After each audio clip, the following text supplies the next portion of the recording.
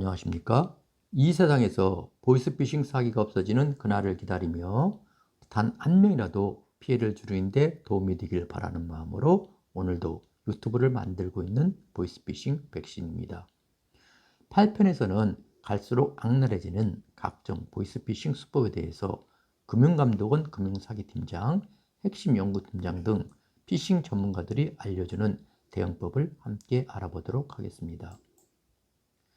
직접 보이스피싱 사기를 당한 사실이 없는 사람들에게는 아무리 대응 방법을 잘 말씀드려도 나와는 상관없이 지나가는 소리다, 다른 사람들에게만 해당하는 소리다 라고만 듣고, 더 큰 문제는 대부분의 사람들이 피싱 피해자를 도와줄 생각보다는 바보로 취급하여 하소연할 사람도 없다는 것입니다. 수사기관도 금융감독원도 법원도 결코 내가 피해자다라는 사명감을 가지고 도와주지는 않습니다. 잘못하면 내 돈 잃고 바보 되고 정신적 인격적으로 피폐해지며 심지어 자살이라는 불행이 내 것이 될 수 있다는 중요한 인식으로 유튜브 내용을 봐주셨으면 합니다. 보이스피싱이 갈수록 악랄해지고 교모해지고 있다면서요? 최근 3년간 경찰이 파악한 보이스피싱 범죄 조직은 100개가 넘습니다. 판사, 검사, 국회의원에 이르기까지 당하는 것을 보면 피싱에 걸리면 빠져나가기 힘들 정도로 교묘해지고 악랄해지고 있습니다. 가족을 사칭한 카톡 메시지에 속아 개인정보를 주었다면 어떤 피해를 입나요? 메신저 피싱은 다양한 경로로 휴대전화에 미리 악성 앱을 설치해 개인정보를 빼낸 뒤 사기치는 수법입니다. 따라서 범죄 조직은 신분증, 계좌번호, 비밀번호를 빼가는 것을 목표로 하지요. 범죄 조직은 빼간 개인정보를 악용해서 공동인증서를 발급하여 새로운 계좌를 만들고 그 계좌로 오픈뱅킹을 신청해서 피해자의 모든 계좌를 알 수 있고 다른 대포 통장으로 피해자의 모든 돈을 전부 이체할 수도 있습니다. 피해자 본인도 모르게 휴대전화를 개통하고 비대면 금융계좌 개설이 가능한가요? 알뜰 휴대전화는 본인 확인 절차가 간소화되어 아주 쉽게 휴대전화를 개통할 수 있고 비대면 계좌 개설도 가능합니다. 보이스피싱 조직은 전자 OTP 카드를 개설한 후 이체 한도를 최대한으로 늘리고 높은 이자나 불법 대출업체 상관없이 최대한 대출을 받을 것입니다. 피해자가 예금 상품이나 저축성 보험을 들었을 경우 그걸 해지해서 목돈을 편취하는 경우도 있다고 합니다. 범죄 조직에 속아 개인정보를 모두 보냈다면 어떻게 해야 피해를 막을 수 있나요? 당했다고 생각되시면 즉시 카드사에 전화해서 카드를 정지시키고 피해자 명의로 공인인증서 등이 피해자 모르게 다시 발급되지 않았는지 반드시 확인해야 합니다. 범죄 조직에게 내 개인 정보를 보냈다면 이미 다른 경로로 내 스마트폰에 악성 애플리케이션, 즉 앱이 깔려 있을 경우가 많으므로 휴대폰 전문업체에 가서 내 휴대폰에 악성 앱 침투 여부를 확인해서 제거해야 합니다. 카드나 신분증 사진을 첨부하여 보낼 때에는 받는 사람이 확실한지 철저하게 확인하고 특히 비밀번호는 어느 누구에게도 알려주지 말아야 합니다. 출처가 불분명한 인터넷 주소에서 속도 위반 청구서, 택배 주소 확인, 국민지원금 해당자 조회 등 문자를 받고 링크를 클릭했다면 어떤 정보가 빠져나가나요? 만약 출처가 불분명한 링크를 클릭해서 내 휴대전화 번호를 입력했다면 나도 모르게 내 휴대전화에 해킹 앱이 깔리는 경우가 많다고 합니다. 문자에 첨부된 인터넷 주소인 URL을 클릭했다고 바로 피해로 이어지기보다는 2단계, 3단계로 넘어가서 추가 정보를 빼내는 시도를 한다고 보면 된다고 합니다. 특히 한 번 속아서 전화번호를 입력한 번호는 잘 속는 번호로 분류된 데이터베이스에 올라가 또 다른 범죄의 표적이 될 수 있는 경우가 많다고 합니다. 내 휴대전화에 원격 조정 앱이 깔리면 내 휴대전화를 범인이 마음대로 할 수 있나요? 원격 조정 앱이 깔리면 내 휴대전화로 찍어놓거나 정보를 적어놓은 경우 그 정보들을 범인들이 악용할 수 있다고 합니다. 피해자 명의로 새 계좌를 만들고 대출 받는 등의 행위가 원격 조정 앱만으로만 되는 것은 아니지요. 피해자가 범죄 조직에 속아서 신분증 사진을 직접 보내주거나 금융거래 정보, 비밀번호, OTP 번호를 알려주었거나 전자 OTP를 새로 만드는 것을 허가해 준 경우에 내 계좌에서 돈을 빼갈 수가 있는 것입니다. 저금리로 대환대출을 해주겠다는 전화를 받고 악성 앱을 깔았다면 어떤 피해를 입을 수 있나요? 악성 앱은 전화 카로채기 앱이 많은데 이 앱이 깔리면 그때부터 좀비 전화가 되어 피해자가 은행, 금융감독원, 검찰청 등의 공식 전화번호로 전화를 해도 자동으로 범인들에게 연결되도록 하는 사기 앱입니다. 사기꾼이 전화를 받아서 사칭하면서 안내를 해주지만 피해자는 공공기관과의 공식 전화번호로 전화했으므로 정말로 믿게 되는 것이죠. 악성 앱이 깔리면 내 전화가 나에게 도리어 피해를 주나요? 2021년 11월 10일 JTBC에서 실험한 사례를 함께 보시겠습니다.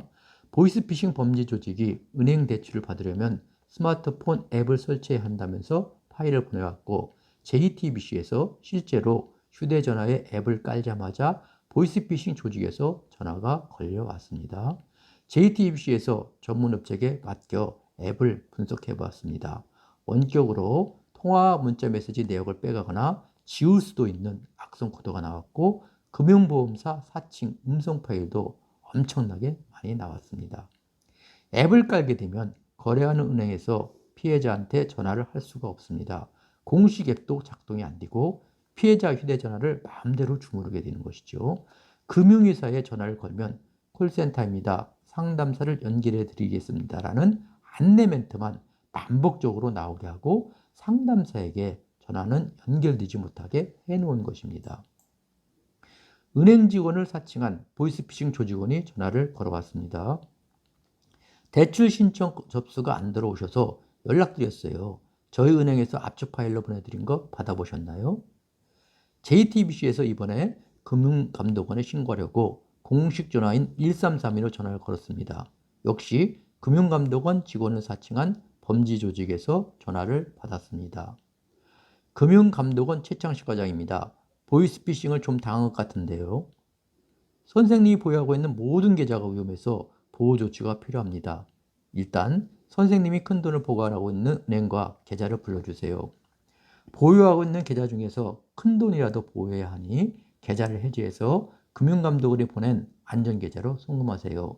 안전장치를 해서 2 내지 3일에 다시 보내드릴게요. 요즘 보이스피싱 사기가 너무 많으니까 지금 금융감독원 공식 번호인 1332번으로 확인해 보세요 라고 말하고 전화를 끊었습니다. 전화가 끊어지자마자 1332로 전화를 걸었더니 역시 금융감독원 직원을 사칭한 범인이 전화를 받게 되었습니다. 예, 금융감독원 금융사기 방지 팀 김일수입니다. 무슨 일을 도와드릴까요? 현재 통화 중인 JTBC 휴대전화는 가로채기를 당해서 검찰청, 경찰청, 금융감독원 등 어떤 공식 번호를 전화해도 범죄 조직에 자동적으로 연결되게 되어 있습니다. 범죄 조직의 이런 멘트를 받으면 피해자 대부분은 본인이 직접 공식 전화로 걸었다는 믿음으로 사칭한 범인을 공문으로 착각하여 보이스피싱을 당하게 되는 것이죠. 경찰서나 금융감독원에 범죄 피해 신고를 하여도 전화 받는 사람은 모두가 공문을 사칭한 범인 일당일 뿐입니다. 받는 사람의 휴대전화에 뜨는 발신번호와 발신자의 성명은 얼마든지 쉽게 변경할 수 있으므로 가지고 있는 범인의 전화번호나 이름은 대부분이 가짜일 것입니다. 발신자가 이와 같이 번호나 이름을 변경하면 전혀 엉뚱한 사람이 나오는 경우가 됩니다. 이런 경우 어떻게 대처해야 하나요? 악성 앱이 깔렸다면 지금 통화하는 내 휴대전화는 더 이상 내 휴대전화가 아니고 범죄 조직편에 선 좀비폰입니다. 조금이라도 의심이 간다면 지금 통화 중인 전화가 아니고 반드시 다른 번호의 휴대전화나 유선전화로 걸어서 악성 앱에 탈출할 수가 있는 것입니다. 스미싱 링크를 클릭했지만 다행스럽게 큰 피해 없이 넘어갔는데 휴대폰을 반드시 바꾸어야 하나요? 휴대폰은 바꾸지 않아도 됩니다. 그러나 반드시 악성 앱을 지우고 써야 하지요. 중요한 것은 악성 앱은 겉으로 잘 보이지 않는 경우가 많기 때문에 휴대전화 전문가가 아닌 일반인들은 혼자 처리하기가 쉽지 않다는 점입니다. 따라서 휴대전화 전문 서비스에 가셔서 악성 앱을 확실하게 제거하고 사용하셔야 합니다. 금융기관을 사칭한 불법 스팸에 정부에서 처벌 수위를 높였다면서요. 은행 이름을 앞세워 급전이 필요한 소상공인과 고령층에게 사기치는 은행 사칭 불법 스팸이 2021년 급증하고 있습니다. 대출 신청 기한이 임박했다거나 최저금리로 대출한다는 식의 문구와 전화번호 또는 인터넷 주소를 붙입니다. 정부가 발표한 처벌 수위 강화 내용입니다. 특정 사업자가 불법 스팸을 보낼 경우 스팸 발송에 사용된 전화번호는 물론 이 사업자가 확보한 전화번호 모두 이용이 정지됩니다. 처벌 수위도 기존 1년 이하의 징역이나 1천만 원 이하의 벌금에서 3년 이하의 징역이나 3천만 원 이하의 벌금으로 강화되었죠.